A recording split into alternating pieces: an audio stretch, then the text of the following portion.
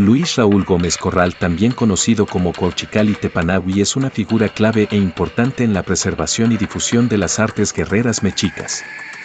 Su labor se destaca en varios aspectos importantes, siendo heredero de la tradición guerrera del Yaoyotl transmitida por su familia Soconostrixan. 1. Investigación histórica y técnica.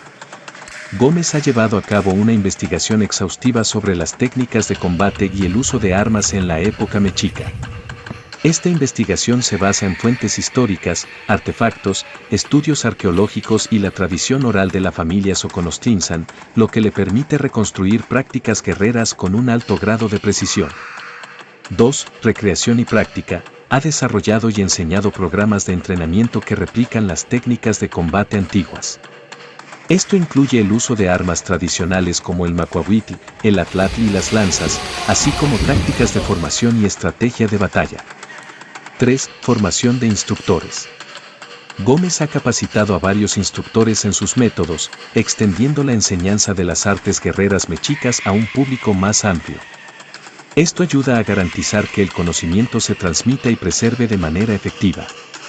4. Promoción cultural. Ha organizado eventos, talleres y demostraciones que destacan las artes guerreras mexicas en ferias culturales y festivales, contribuyendo a la apreciación y conocimiento de estas prácticas en la sociedad contemporánea. 5. Publicaciones y medios. Gómez ha publicado artículos y participado en medios de comunicación para compartir su conocimiento con el público general y académico. Estas publicaciones ayudan a aumentar la visibilidad y el entendimiento de las artes guerreras mexicas. 6. Colaboración con comunidades indígenas. Ha trabajado con comunidades indígenas para integrar y respetar las tradiciones y conocimientos locales en sus métodos de enseñanza, promoviendo una aproximación respetuosa y auténtica.